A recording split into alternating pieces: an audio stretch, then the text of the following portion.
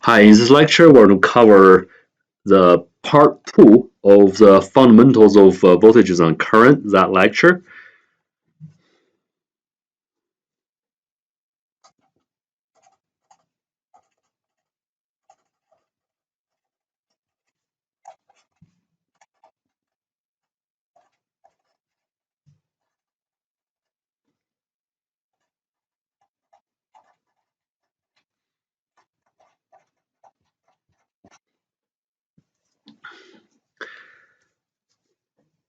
So it's going to be example number 9, voltages in series.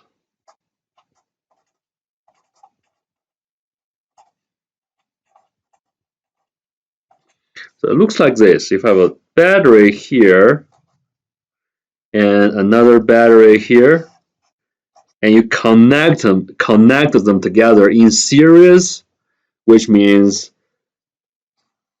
like this, and here. So from anode to cathode. And so this is a 1.5 volts battery, and this is another 1.5 volts battery. And actually, you are adding them up. So if you ground this pin as 0 volts, the voltage here will be 3 volts. So the reason is because this is cathode anode. So 0 volts is going to boost the voltage by 1.5 volts from here to here, and then you get 1.5 volts here. It's going to be boosted in by 1.5 volts by this battery. So eventually you are getting 3 volts at this terminal. What about this? Something like this. This is the first one, and the second one, and the third one here. So this is the 5 volts battery. This is a 10 volts battery. This is a 5 volts battery as well. So the terminal here is called V2. So the voltage here is V2. There's no ground. I didn't draw any ground here. So I'm asking for what is V1 minus V2. So the potential difference between these two terminals. Okay. So you can think about this in this way. If the voltage here is V2, if I just say, hey, this metal piece has a voltage which is V2, I'm comparing to the ground. If I never see that, which means it is being compared to the ground. So V2 is V2 compared to the ground, compared to 0 volts, because V2 minus 0 volts is still V2, right? And now, this battery is going to force this voltage to V2 plus 5. So the voltage at this point compared to the ground, which is 0 volts, which will be V2 plus 5 volts. And there will be another battery to force the voltage to increase by another 5 volts. So the voltage at this point compared to the ground is V2 plus 5 volts plus 5 volts. Okay? And again, this battery is going to force the voltage at this node to increase by 10 volts. So you are eventually getting V1, sorry. Right? If you move V2 to the other side of the equation, so V1 minus V2 equals to the summation of these two voltages, which is actually 20 volts. Okay, so this is how you calculate the voltages in series. So in series means I connect them from the head to the tail, something like that. Okay. Now, concept number 10. Voltage drop on resistors.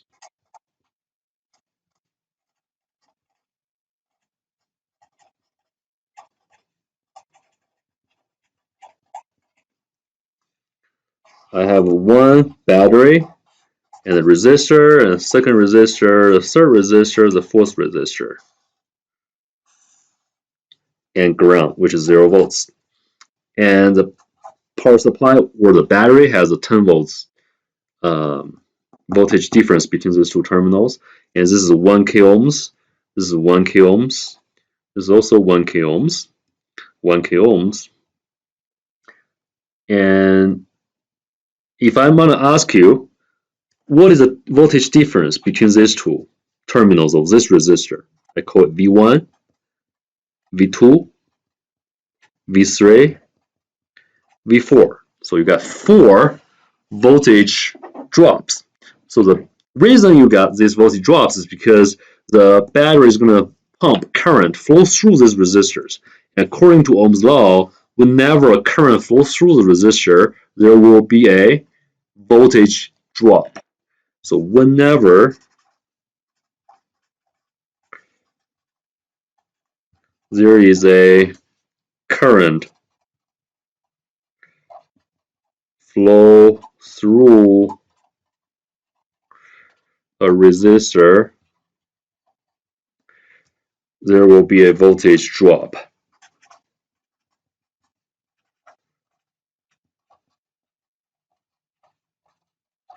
Keep in mind, and this is exactly Ohm's law.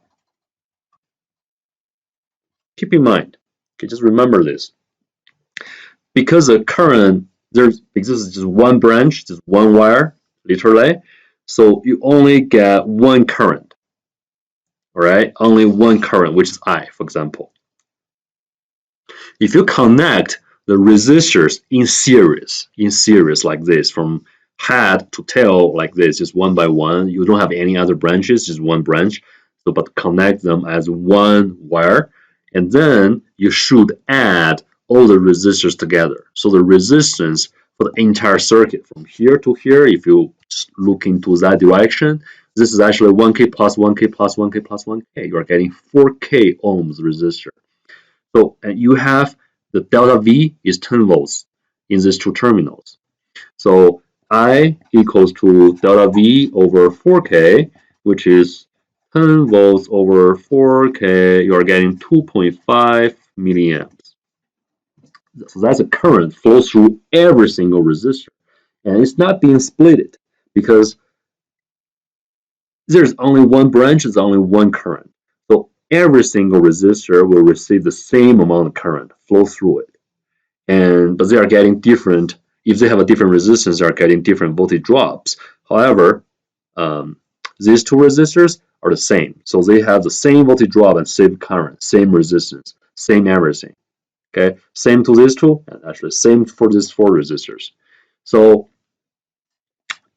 and given that the current flows through every single resistor is 2.5 milliamps, and you have all the resistance are given for every single resistor. So the delta V, for example, V1, the voltage drop across this resistor will be 1K times 2.5 milliamps, and which is 2.5 volts, right? Same as V2, same as V3, same as V4.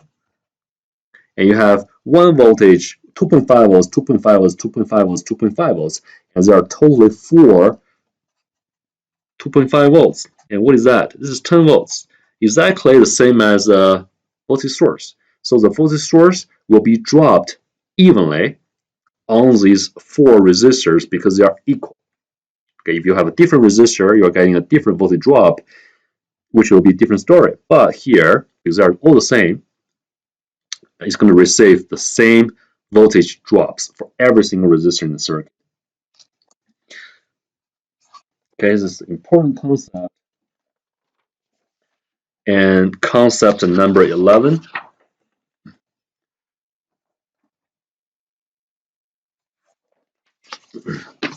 is pull up and pull down resistors.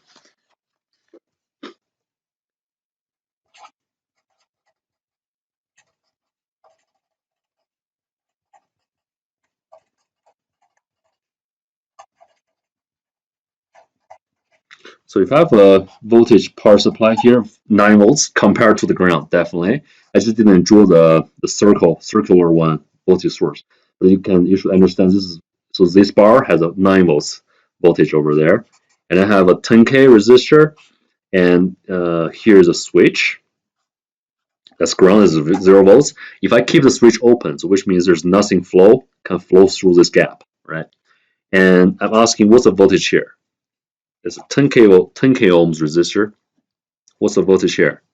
It's pretty similar to the one I think that's example number, which one? Number, I forgot. This is in part 1 of this lecture, which shows the voltages in a disconnect circuit or any open circuit, right? So if there's no current flow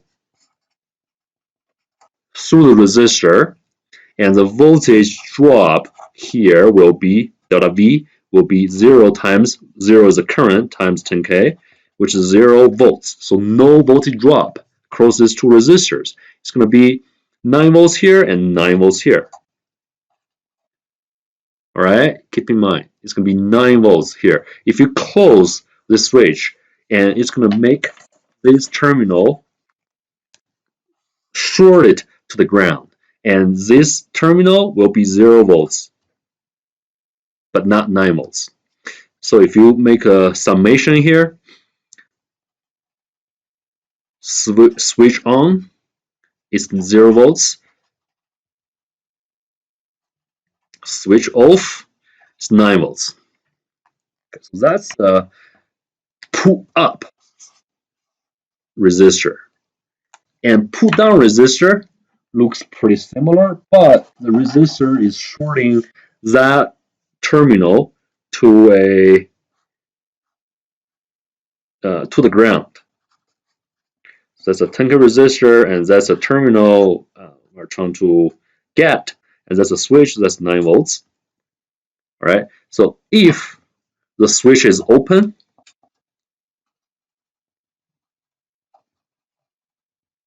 you are receiving 0 volts because there's no current flow through here, and 0 volts, 0 volts, right? If the switch is closed,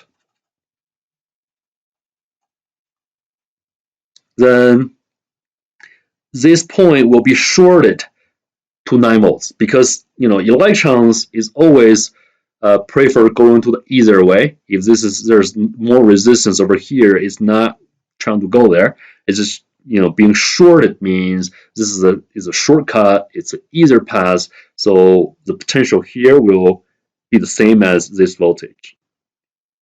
Okay, so switch closed, it's going to be 9 volts. Pretty important concept. And resistors in series and in parallel, which is the next important concept we're going to introduce. That's concept number 12.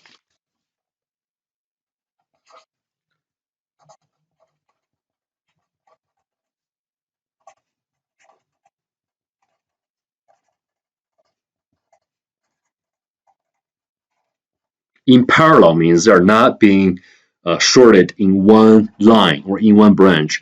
They are kind of like being placed in parallel and being shorted from head to head, tail to tail, right? So look at this example. We have seen something pretty similar to this just now. So that's the 1 volt power supply. It's 1K, 2K, and 3K, 3K. So we call these resistors are being connected in series. Okay, and if we just think about that, if you can magically merge these 4 resistors together to form one resistor, and you are going to have 2 terminals here. So for example, this part is 1 resistor. Okay, and these are the 2 terminals of that single resistor. So what is the equivalent resistance over here? Our equivalent, right? It's going to be 1K plus 2K plus 3K plus 3K, which is actually 9K ohm. However, for the resistors in parallel, it's being calculated in a different way.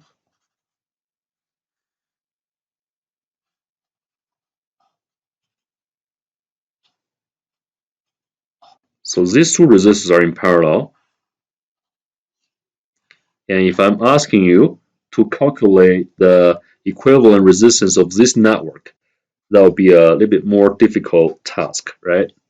So 2K ohms, 2K ohms, 2K ohms, and this is 1K ohm, and this is 2K ohms. So before we calculate the entire circuit's resistance, let's calculate this little sub-network resistance first. So if you look at this, two resistors are being placed here in parallel, which means they are not being placed in one branch, but however they are kind of one here, and so what's the resistance for this network?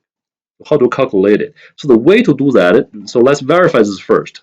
So there will be an equation to do this, but let's verify it first. And so if I have a voltage source to inject the current into this resistor network, right? You can just imagine it's going to pump current in here and being split into two branches, right?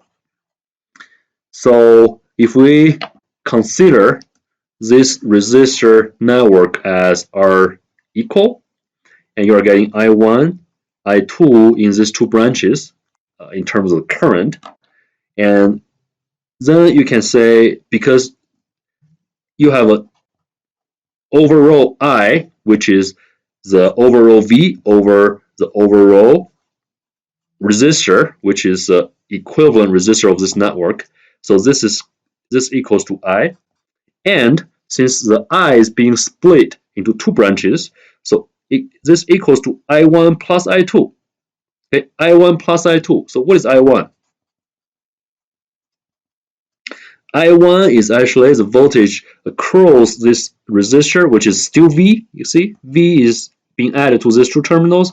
This is a metal wire. So the voltage across R1 equals to the voltage across R2. They are both V's. So it's going to be V over R1 plus V over R2. And you can see at the two terminals, the two sides of the equation, the V can be cancelled. They're getting ones. And the purpose is to get R equivalent, right? So now you know you are getting 1 over R EQ equals to 1 over R1 plus 1 over R2. So R equivalent equals to 1 over R1 plus 1 over R2. Eventually, you are getting R1, R2, R1 plus R2. Keep in mind, so the resistors are in parallel equals to R1 times R2 over R1 plus R2. That's how you calculate it. And after you get R equivalent here, and this resistor are in series, you just add these two here. So it's going to be 1K plus RE, R equivalent. You get the resistance in this branch. And if you look at here, this one and this one are in parallel. It's a little bit hard to see, but if you think about that, you have two terminals, right? If you expand it, you can imagine it's actually one branch, another branch, and they will merge here. So it's the same concept as this guy. So these two resistors are in parallel. So you can calculate the resistance over here. So you are getting one big equivalent resistor for this network. And then this one is in parallel with this one. So you can calculate the one branch, another branch, right? So you can calculate the equivalent resistance for this bigger network and eventually get overall equivalent resistance. And you will probably have a homework assignment on this kind of application, but I think this is pretty important for calculate all these resistance of the electric network. Okay, so this is everything I'm going to cover for this lecture. I will see you in the next lecture.